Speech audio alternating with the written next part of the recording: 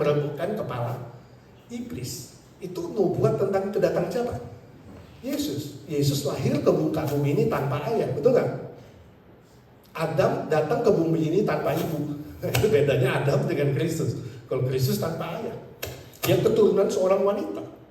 Sebab Yesus meminjam rahim Maria datang ke dunia ini untuk menjadi Mesias, juru selamat. Jadi janji Tuhan di Kejadian pasal 3 ayat 15 digenapkan oleh kelahiran Yesus di Natal pertama. Lukas pasal 2 ayat 14. Tapi dalam perjanjian lama kita bisa lihat bagaimana Tuhan kemudian terus berjanji akan datang Mesias. Sampai kemudian ada Israel, yaitu keturunan Yakub. Mereka tidak puas dengan pemerintahan Kristus yang bersifat teokratis, perintah Tuhan. Mereka minta raja, betul? Lalu Tuhan berbelas kasihan, kasih mereka Raja Saul, kemudian Raja Daud, kemudian Salomo, kemudian raja-raja berikutnya, sampai akhirnya kerajaannya hancur sebab melawan Tuhan. Tuhan izinkan hancur dan kemudian ditawan oleh Babel, Nebukadnezar. Masih ingat? Kita sedang belajar itu, ya. Lalu Daniel berdoa, Tuhan tolong pulihkan Israel. Ya, Tuhan menjawab doa Daniel. Kemudian nanti kita akan pelajari, saudara, bahwa Raja Koresi, Darius, ya, Artasasta yang baik, mereka mengizinkan Israel balik. Bangun lagi Yerusalem. Tapi tidak boleh ada raja. Zerubabel diangkat hanya menjadi gubernur.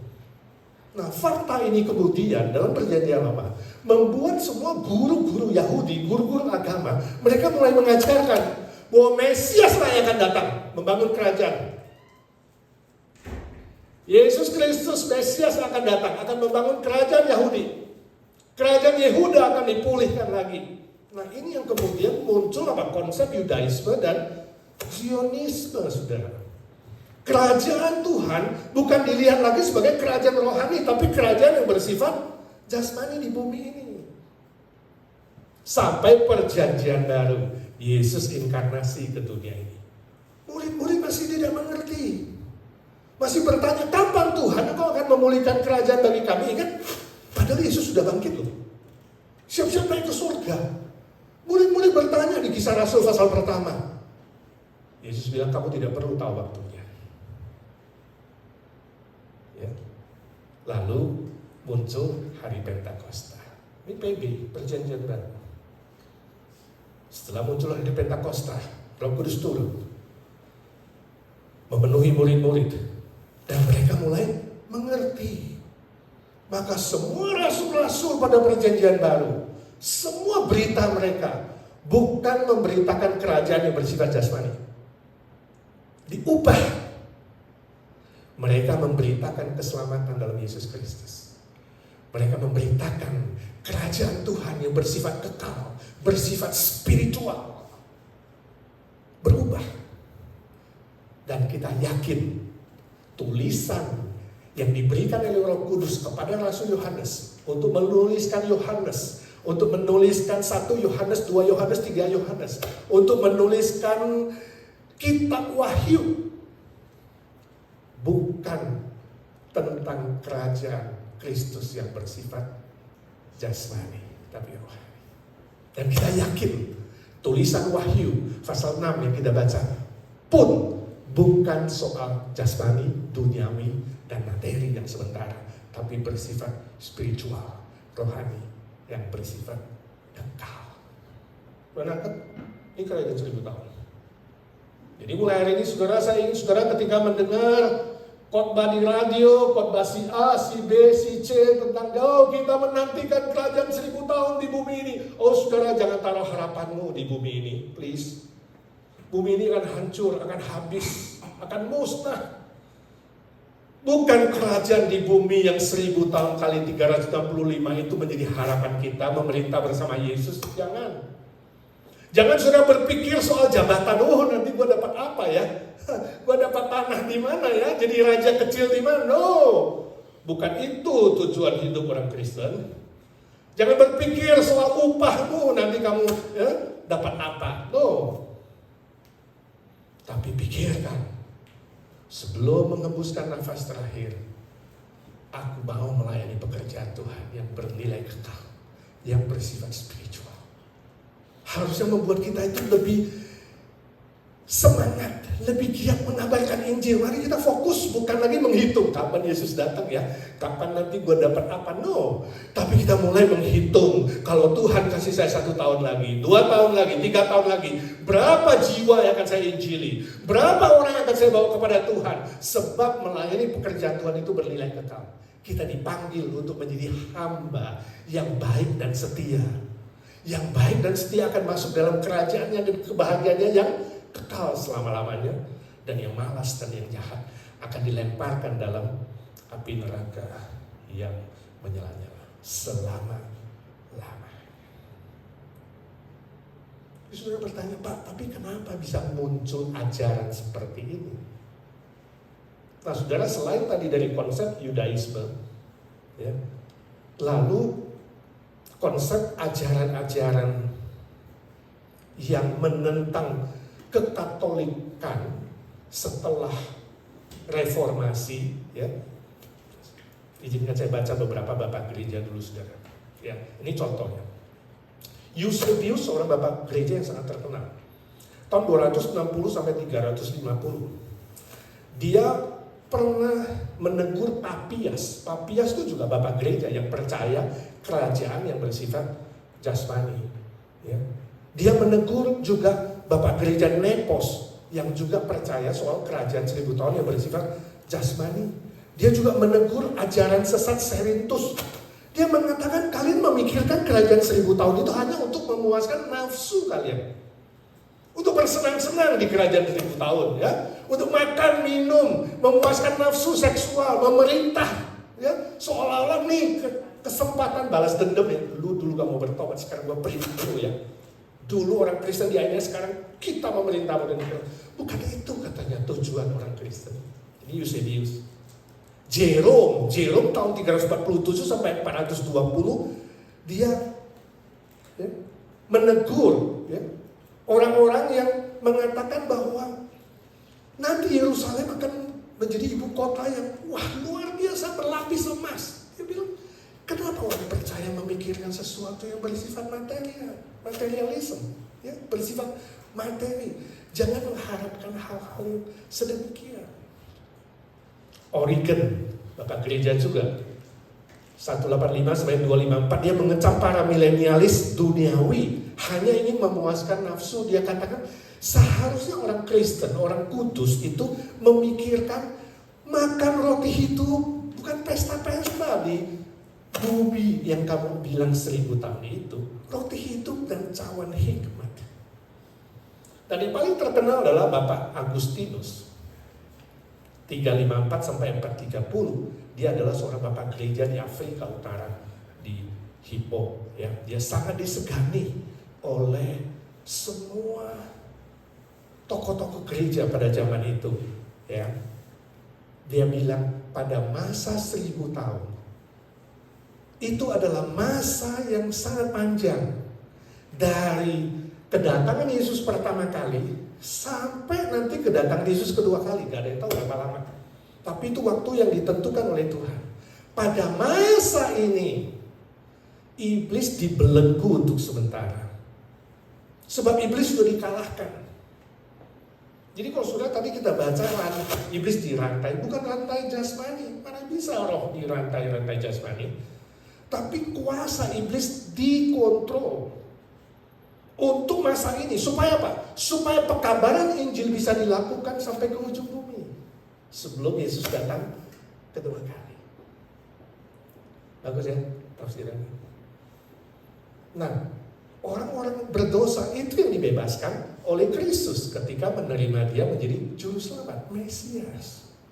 Nah, pandangan Agustinus ini kemudian terus dipegang oleh gereja sampai masa reformasi, zaman Luther, zaman Calvin. Nah, sesudah reformasi itu sudah abad 18-19 kemudian muncul beberapa gerakan nih sejarah gereja, saudara ya. Muncul beberapa gerakan dalam sejarah gereja, misalnya ya gerakan Moravian, ya, gerakan kekudusan, Holiness Movement, gerakan persaudaraan, Brethren Movement, sama gerakan misi iman, faith mission movement. Nah, 4 gerakan utama ini telah menafsirkan Alkitab secara hurufiah. Dan sangat disayangkan bahwa misionari-misionari yang berani untuk pergi ke dunia ketiga, khususnya Asia dan daerah-daerah yang belum dikunjungi, itu dari gerakan ini. Ya, sehingga sejak abad 19 itu berkembanglah konsep pre-meal dan post-meal. Tadi saya sudah bilang setelah Perang Dunia II, satu dan post-meal sudah gak laku. Lalu awal abad 20-an, pre-meal dikembangkan oleh semua misionaris, hampir semua misionaris yang pergi ke Asia. Termasuk gereja-gereja Injili di Indonesia. Baik yang berbahasa Indonesia dan berbahasa Tionghoa. Mereka percaya konsep pre-meal. Lalu beberapa hamba Tuhan, beberapa penafsir Alkitab yang baik, mereka baru mengajak, ayo kita kembali kepada Alkitab. Sebab spirit jiwa reformasi adalah kembali kepada Alkitab, back to the Bible. Dan mulai mengajarkan konsep amil. Walaupun konsep istilah amil gak disukai, ya, tapi amil adalah yang paling benar. Kenapa? Sebab tidak menafsirkan secara hurufiah. Dan 1000 itu dibiarkan simbolik antara kedatangan Yesus pertama sampai kedatangan Yesus kedua.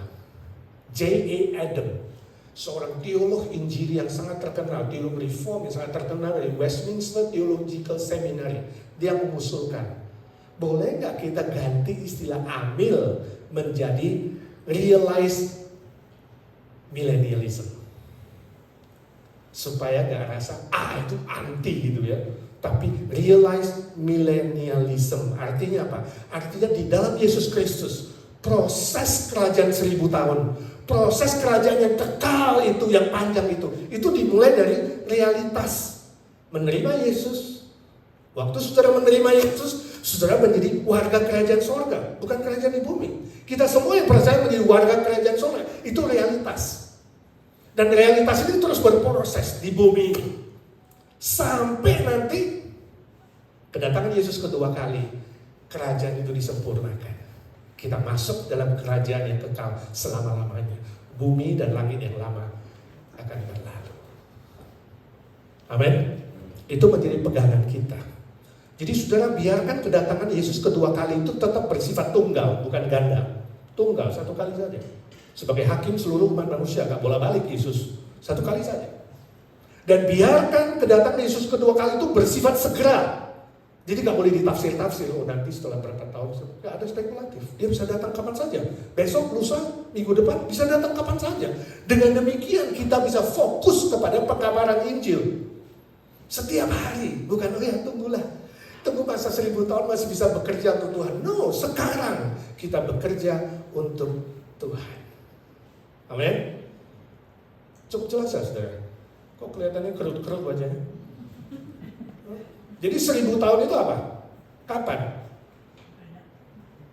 Masa Yesus datang pertama kali sebagai Mesias, Juru Selamat, sampai masa Yesus datang kedua kali sebagai hakim seluruh umat manusia. Inilah 1000. 1000 artinya waktu yang tertentu.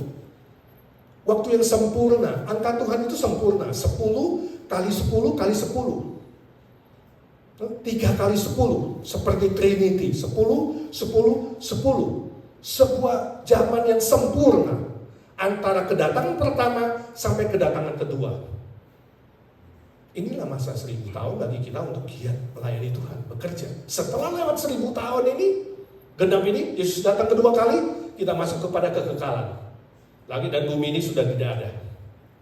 Jangan fokus kepada dunia kita yang sementara. Allah kuasa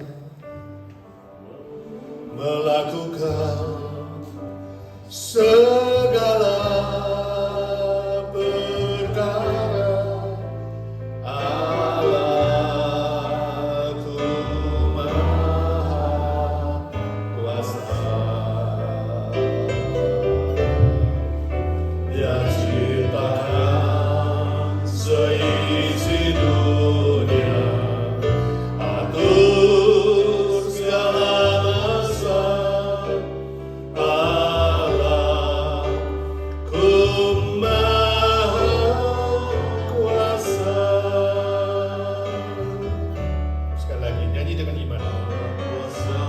kuasa melakukan segala perkara. Bawa beban saudara, bawa pergumulan saudara kepada Tuhan. Yang mampu melakukan di luar yang kita doakan dan pikirkan. Melampaui pengalamanmu, pikiranmu, perasaanmu. Serahkan seluruh masalah saudara di bawah kaki salib Tuhan. Allahku Maha Kuasa. Bapa di sorga, kami bersyukur untuk firman-Mu. Kami sudah belajar dari Wahyu pasal 6, pasal 20 ayat 1 sampai 6. Tolong kami tidak fokus kepada dunia yang sementara ini. Tolong kami tidak berharap kepada kerajaan yang sementara, yang duniawi ini. Tapi kami berharap kepada kerajaan-Mu yang kekal, yang bersifat spiritual. Kami fokus kepada tugas tanggung jawab kami mengabarkan Injil, memenangkan jiwa sebelum Yesus datang kedua kali sebagai hakim seluruh umat manusia. Kami fokus menjadi hamba yang baik dan setia, yang akan menikmati kebahagiaan yang kekal selama-lamanya. Bukan kepada jabatan, bukan kepada nafsu kedagingan, kepada kekuasaan, kepada balas dendam atau hal-hal lain. Terima kasih Tuhan, terima kasih. Ketika Kau masih memberi kami umur panjang, kami ingin melayani pekerjaan-Mu yang bernilai kekal. Saat ini kami berdoa syafaat. Kami bersyukur diberi kesempatan melayani lewat doa. Kami dukung saudara-saudara kami yang butuh doa ya Tuhan. Berkati mamanya Rebecca. Kami bersyukur dia sudah keluar rumah sakit dan beristirahat di rumah. Kami mohon Tuhan menjamah dia, memberi pemulihan yang sempurna. Kami doakan Walter, suaminya Eti. Kemungkinan dia akan menjalani operasi lanjutan Tuhan. Kami berdoa di sini, Roh Kudus bekerja di sana. Persiapkan dia secara jasmani, rohani, secara mental. Angkat ketakutan dan keraguannya, gantikan dengan iman. Kami minta dalam nama Tuhan Yesus, jamah dan pulihkan dia ya Tuhan. Kami bersyukur untuk Melki Ngamba saudara kami. Dalam pemulihan juga Tuhan, tumpangkan tangan-Mu, beri dia kepulihan yang lebih cepat dan sempurna dan total, agar aktivitas dan pelayanannya tidak terganggu. Kami berdoa untuk Ko Chun Hong, untuk lutut kanannya yang sakit. Tuhan, tumpangkan tangan-Mu, jamah dia. Berkati semua proses pengobatan Tuhan. Kasihani hamba. Kuatkan juga Ci Eti yang menemani. Mereka juga harus merawat, menjaga cucu. Tuhan, pelihara. Tuhan, beri hikmat. Kami berdoa untuk Ibu Nina Panginda ya Tuhan. Tuhan, jamah dia. Semua kelemahan tubuhnya, sakitnya Tuhan tahu di mana, termasuk levernya. Kami saat ini minta dalam nama Tuhan Yesus, kuasa darah-Mu yang menyucikan dosa, kuasa darah-Mu dan bilur-bilur-Mu menyembuhkan dia Tuhan. Kasihani Lisa Nur Salim, persiapan operasi kaki, juga Wan-Wan dalam persiapan operasi lutut dan jantung. Tuhan tahu ya Tuhan, Kau sendiri yang menjamah, menyembuhkan mereka. Beri kekuatan ekstra supaya tidak mengganggu pekerjaan dan aktivitas dan pelayanan mereka ya Tuhan. Pulihkan dengan kuasa. Kami doakan baby Noah dalam proses kesembuhan jantungnya. Kami bersyukur untuk bayi-bayi yang barusan dibaptiskan. Tuhan, berkati para orang tua dengan hikmat, dengan kesabaran, dengan cinta kasih mendidik mereka di dalam Tuhan. Terima kasih Tuhan. Kami doakan saudara-saudara yang menunggu pemulihan. Untuk Pak Indra, Pak Endi, Pak Surya Superno, Pak Hari. Mereka menunggu pemulihan Tuhan secara sempurna. Tambahkan ketabahan dalam menantikan Tuhan. Sebab orang yang menantikan Tuhan pasti tidak akan dikecewakan. Tuhan berkati Jane Atmojoyo. Kami bersyukur kesehatannya banyak kemajuan. Tuhan tumpangkan tangan dan pulihkan secara sempurna. Remaja kami Arthur Palar ya Tuhan, berikan dia kesembuhan. Berkati dia yang rindu digembleng di sekolah Alkitab, Tuhan siapkan sekolah yang baik. Berkati masa depan pelayanannya Tuhan. Saudara Budi Sayogyo yang masih minum obat kimo, Tuhan sembuhkanlah dia agar dia lepas dari obat itu. Dia boleh pulih sempurna dan dipakai oleh Tuhan. Saudari Irma boleh pulih dan imun sistemnya boleh kuat, sehat kembali. Adik kami Charlie ya Tuhan, dia butuh mujizat-Mu, kuasa kesembuhan-Mu Tuhan. Curahkan kuasa-Mu Tuhan. Sembuhkan dia agar nama-Mu dimuliakan dan pakai dia secara heran. Terima kasih Tuhan, terima kasih. Kami berdoa untuk para senior kami satu persatu Tuhan. Untuk Om Paul Wardana, beri dia kesehatan, sukacita, kekuatan, semangat dalam mengkoordinir Evergreen dan menemani Tante Lena yang kakinya lemah, ada gejala Alzheimer Tuhan. Dia juga sulit menelan makanan, Tuhan kasihani. Beri anugerah-Mu yang baru setiap hari. Kami berdoa untuk semua senior lain yang hidup dalam kesendirian mereka. Tuhan memberkati Tante Lucy, Tante Pauline, Tante Isha, Tante Ita, Tante Merin, Tante Aiwati, Tante Sumi, Tante Nelly, Tante Swat, Ci Meli, Ci Airin, Om Andi, Om Budi Pualamsah, Tante Oni di Indonesia, dan juga senior-senior lainnya Tuhan tahu satu persatu. Ya Tuhan, curahkan anugerah-Mu dan berkat-Mu setiap hari. Berkati kegiatan mereka, baik makan, minum, istirahat, berdoa, mengikuti acara-acara rohani. Berkatilah mereka satu persatu ya Tuhan, satu demi satu. Berkati anak mantu, cucu takut akan Tuhan, hormat orang tua, hidup dalam kebenaran. Terima kasih Tuhan, terima kasih. Kami berdoa syafaat juga untuk majelis, aktivis, dan seluruh jemaat IGNC. Tuhan berkati dengan kesehatan jasmani rohani. Saling mengasihi, saling menguatkan, saling membangun, saling mendoakan. Jadikan keluarga rohani keluarga yang indah, keluarga yang memuliakan Tuhan, bersaksi bagi nama-Mu. Berkati acara Komisi Wanita besok, outing ke Carlsbad Tuhan. Pelihara dan berkati satu persatu, lindungi satu persatu. Jauhkan dari mara bahaya, jauhkan dari sakit penyakit, jauhkan dari tangan-tangan orang jahat. Terima kasih Tuhan, terima kasih. Kami terus doakan pengungsi Ukraina di mana-mana. Hiburkan, kuatkan mereka. Jutaan manusia membutuhkan pertolongan. Beri mereka kesempatan juga mendengar Injil dan diselamatkan. Kasihani Putin, beri dia hati yang bertobat agar dia tidak lagi melakukan kejahatan perang. Berkati Indonesia, negara kami tercinta pada masa puasa. Beri keamanan, kestabilan, kesejahteraan. Berkati Presiden, Wakil Presiden, semua menteri, semua pegawai negeri dari pusat sampai daerah. Mereka takut akan Tuhan. Mereka punya moral yang tinggi dalam melakukan tugas mereka. Berkati negara Muslim terbesar, jumlah Muslim terbesar di dunia, negara kami Indonesia itu yang sedang puasa. Juga negara-negara Islam lainnya yang sedang puasa. Biarlah mereka belajar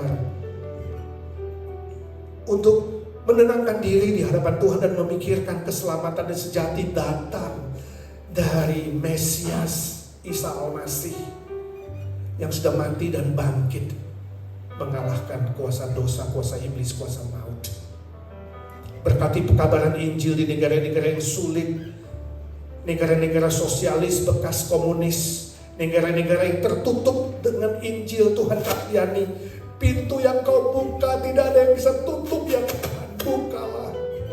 Berkatilah hamba-hamba-Mu, para misionari, orang-orang Kristen di mana-mana yang mengabarkan Injil lewat berbagai macam cara, media sosial, literatur, radio, televisi, pembagian Alkitab, penginjilan dengan cara apapun. Kami minta dalam nama Tuhan Yesus. Berkati pekerjaan-Mu Tuhan, banyak jiwa boleh diselamatkan. Juga kami tidak menjadi orang Kristen yang mandul, tapi menjadi orang Kristen yang berbuah untuk kerajaan Tuhan.